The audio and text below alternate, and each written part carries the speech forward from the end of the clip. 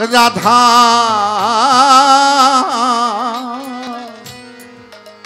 রাধা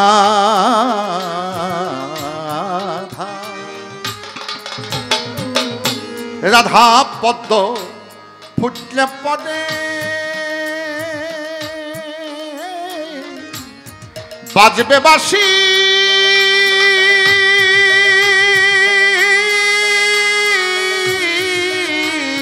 গুনগুন সুরে রাধা পদ্ম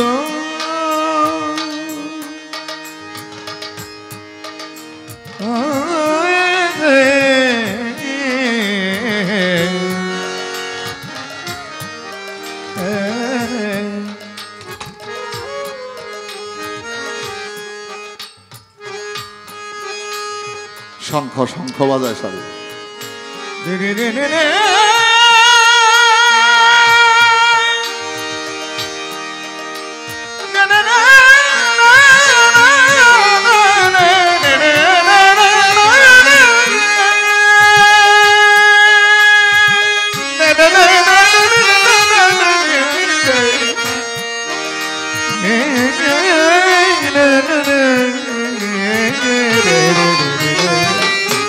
রাধা পদ্ম ফুটলে পদে বাজবে বাঁশি গুনগুন সুরে বাদ কাল ভ্রমর আসবে উড়ে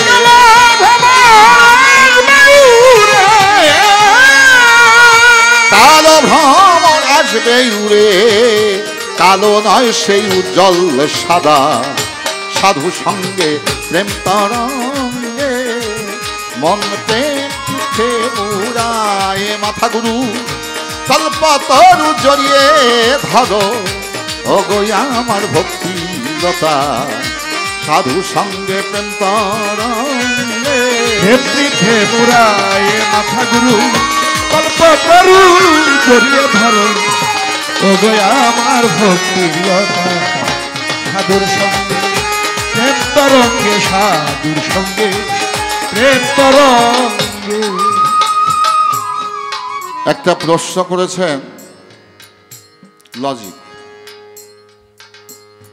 বস্তুবাদী প্রশ্ন। কি প্রশ্ন?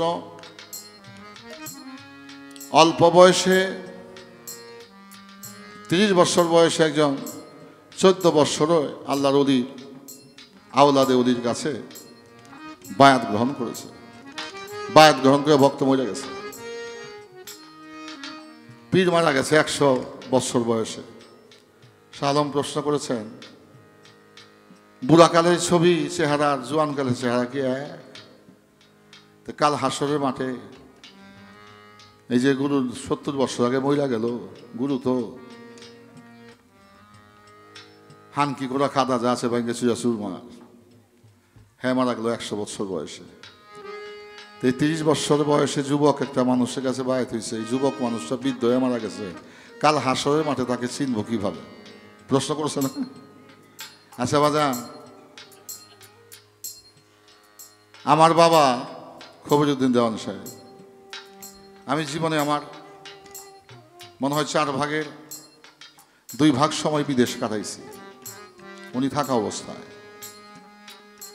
অনেক লোক আছে বাবা মাকে বৃদ্ধ রেখে চলে গেছে সুদূর আমেরিকাতে, কানাডাতে, ইউরোপে, 18, 20, 22 বছর বয়সে আসছে। এই সন্তানের বাপ মারে চিনতে কোনো সমস্যা হয়েছে? মার বাবার মাথার চুল ছিল কাঁচাল কালো, আইসা দেখে মারও মাথার চুল সাদা, বাপের মাথার চুলও সাদা। এরকম আছে না বাজান? চিনতে সমস্যা হয় কেন? হয় না? এখানে জেনেটিক একটা বিষয় আছে। যদি 200 বছর পরেও দেখে সন্তান, তার পিতাকে ঠিকই চিনতে পারবে। এটা জেনেটিক ব্যাপার। রক্তের একটা আকর্ষণ বিকর্ষণ আছে, এটা আকর্ষণ করে। তার জ্বলন্ত প্রমাণ বলক শহরের বাদশাহ ইব্রাহিম আদম, তার সন্তানকে তিনি দেখে চিনতে পেরেছিলেন। সন্তান দীর্ঘ কয়েক যুগ পরে পিতাকে চিনতে কোনো সমস্যা হয় না, এটা প্রাকৃতিকভাবেই হয়। শালম, আর যেখানে ইহকাল পরকালের আত্মিক ব্যাপার, সেখানে যদি সারা জীবনেও না দেখে, স্বপ্নে যদি একবার দেখা হয়, এই দেখায় কাল হাসরের মাঠে মুর্শিদ তাকে ওই রূপই দেখা দেবে। রাখলাম, পৃথিবীতে যাহা সুন্দর তাহাই প্রভুর হাসি। পৃথিবীতে যাহা সুন্দর শাহ আলম তাহাই প্রভুর হাসি।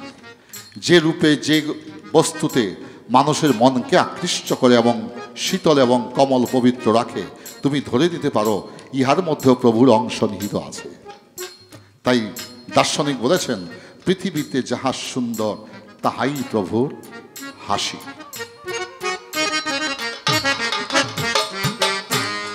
বিশ্বব্যাপিয়া তোমার ছবি রেখেছি আঁকিয়া, যে রূপেতে নয়ন টানে ওই রূপে মানুষ যায় পাগল হইয়া। মনমোহন সাধু একটা গান আছে, নয়ন টানে নয়ন টানে গো ওই রূপের প্রাণে, নয়ন টানে নয়ন নয়ন টানে গো আমার মালিক শাহ বাবা রূপের প্রাণে, নয়ন টানে নয়ন টানে গো ওই রূপের সন্নে, নয়ন টানে নয়ন টানে গো ওই রূপের সন্নে। ফুলের সুবাস, ফুলের সৌন্দর্য প্রকাশ পায় ফুল যখন ফোটে। মানুষের শোভা, মানুষের সৌন্দর্য প্রকাশ পায় মনে। এই মনকে যে রূপে টানে তুমি ধরে নিতে পারো ওই রূপের মধ্যে আমার প্রভুর রূপের কোনো সমন্বয় রয়েছে। রাখলাম, এবার আসা যাক। আমি ভক্তই আমার পাপে বোঝাই মানব দেহ, কেমনে পাব মুক্তি বলো বলো দয়াল গুরু, বলো তোমার সেই মধুর যুক্তি। আমার মানব দেহটি পাপে পরিপূর্ণ হয়ে গেছে। কাপড়ে যদি ময়লা লাগে সাবান সোটা দিলে পরিষ্কার হয়, দেহের উপরি অংশে ময়লা লাগলে সাবান সোটাতে পানির মাধ্যমে সেটা পরিষ্কার হয়। কিন্তু পাপে যদি কারো ভিতরে অন্তরে লেগে যায়, এই পাপের মুক্তি আমি কিভাবে পাবো, কিভাবে পরিষ্কার করব? তাই আসতে রাখ, এই যে আপনাদের ভৈরব পৌরসভা, প্রত্যেকটা রাস্তার দুই ধারে ড্রেন আছে, নি নর্দমা আছে না? বাড়ির থেকে বর্জ্য পদার্থ বা পয় নিষ্কাশনের পানি যাহা বাহির হয় একটা ড্রেনে পড়ে। এই ড্রেন থেকে কই যায়? নদীতে পড়ে। বাট আমার এই মানব দেহটা একটা ঘর, একটা বাড়ি। এই বাড়ির মধ্যে কতগুলো দরজা আছে, গুজ্জমূল, নফসমূল, নাসিকামূল, কর্ণমূল, চক্ষুমূল, মুখ গহ্বর, অনেক জায়গা। বাজান, নফসমূল দিয়ে বাড়ি হইলে প্রস্রাব, প্রস্রাব পাক না না পাক? না পাক। গুজ্জমূল দিয়ে বাড়ি হইলে 20টা ময়লা, পাক না না পাক? কান দিয়ে বাড়ি হইলে পুষ, পাক না না পাক? নাক দিয়া সর্দি বাড়ি হইলে পাক না না পাক? চোখ দিয়া কেতর, পাক না না পাক? না পাক। এবার আসেন, আমি পান করলাম পাক পানি, কিন্তু জিহান দিয়েই বাইর হয়, সেখান দিয়ে এটা নাপাক হয়ে যায়। তাইলে বোঝা যায় পাপের কারখানা আমার ভিতরেই আছে। পবিত্র জিনিসকে আমি পবিত্র রাখতে পারি না, আমি অপবিত্র করে ছেড়ে দেই। এবার এই দেহের নর্দমাকে পরিষ্কার করার জন্য কোনো সাবান ছোটার দরকার নাই। গুরু নামকে অক্ষয় কবচ করে একটা কৌশল আছে। নিম্নগামী পানিকে অনুরাগের কল লাগিয়ে যে ঊর্ধ্বগামী করে মালিক ভরসার নামে এই দুই চোখ দিয়ে নিবেদন করতে পারে, ওই চোখের জল যাহার বাহির হয় তার ভিতর বাহিরের পাপ আর পাপ থাকে না, ওই দেহটি পাপ মুক্ত হয়ে যায়।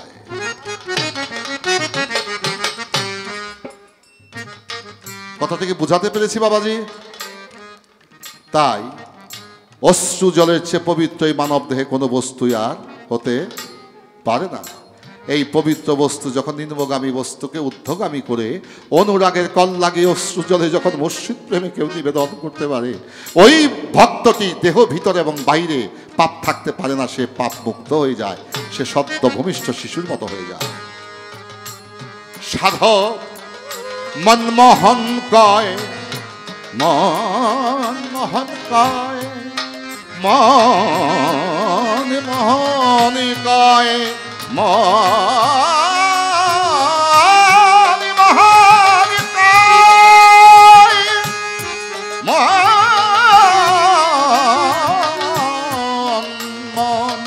মনমোহন কয়, মনমোহন কয়, নিজের মাটি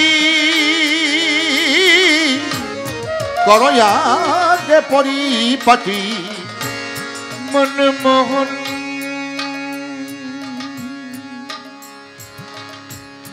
মন মন মন মন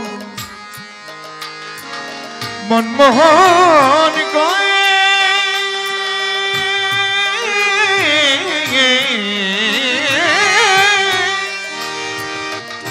মনমোহন কয়, নিজের মাটি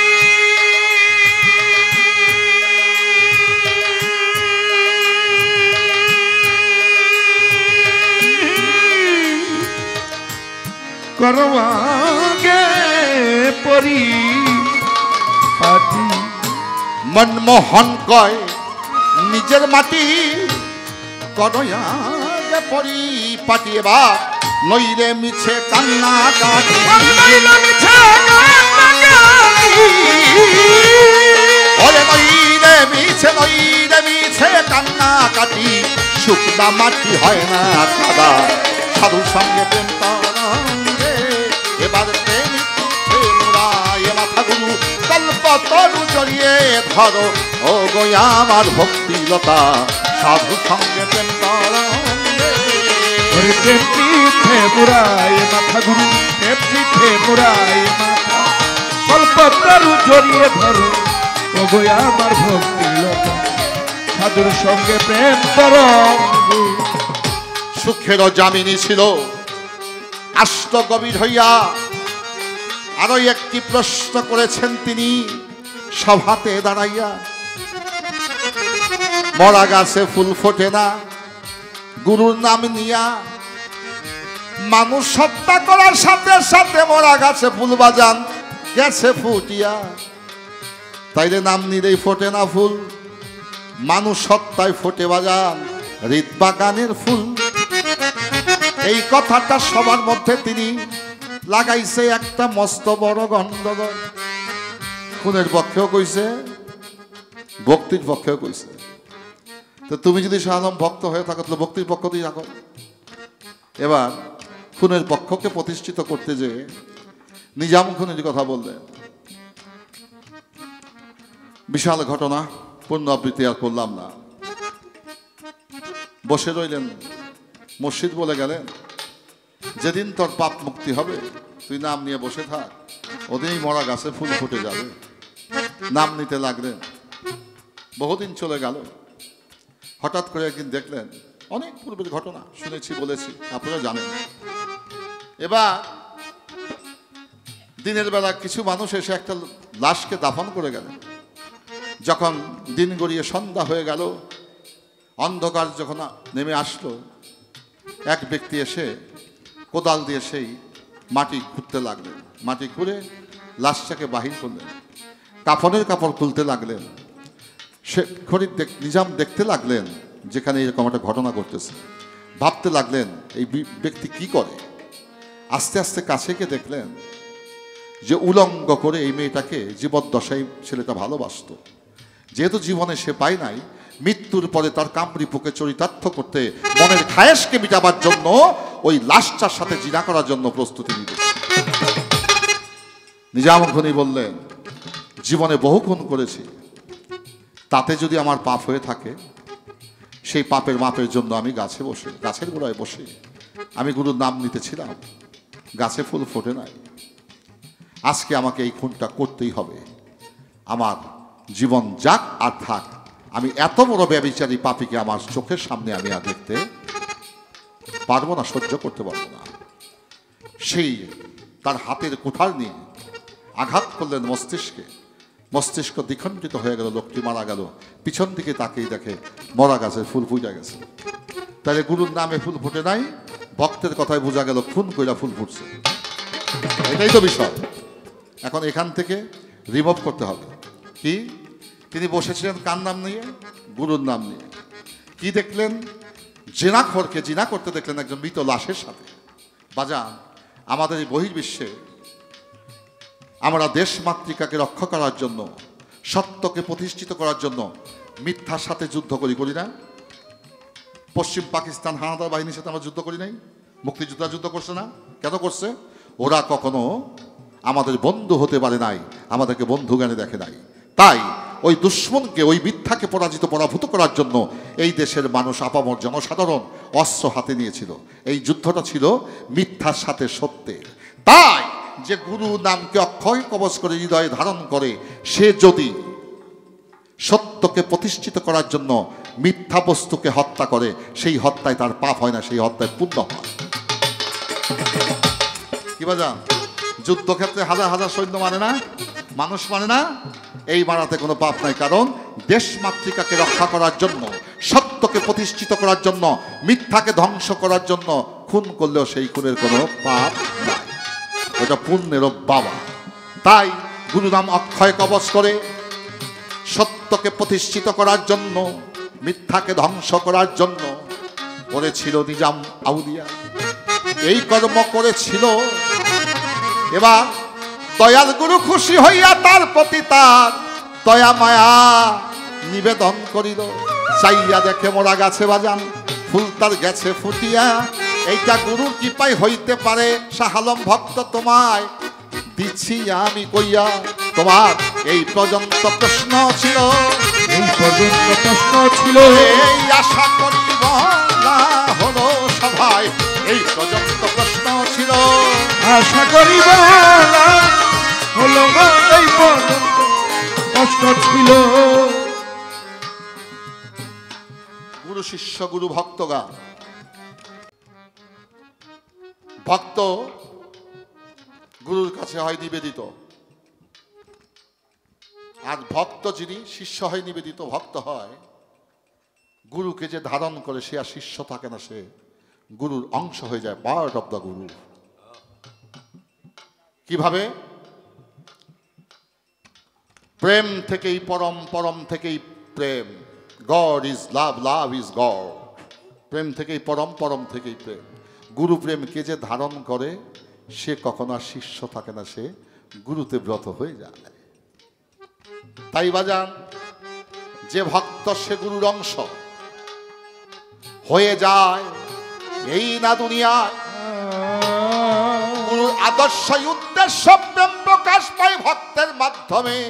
শাহ আলম আমি বলতেছি তোমায়, তোমার এই পর্যন্ত প্রশ্ন ছিল, এই পর্যন্ত প্রশ্ন ছিল, এই আশা করি বলা হলো সভায়। এই পর্যন্ত প্রশ্ন ছিল, আশা করি বলা হলো, এই পর্যন্ত প্রশ্ন ছিল। সাধু সঙ্গে প্রেম তরঙ্গে এবার প্রেমিক তীর্থে মোরায় মাথা গুরু কল্প তরু জড়িয়ে ধরো। ও গোয়া আমার ভক্তি লতা, সাধু সঙ্গে প্রেম তরঙ্গ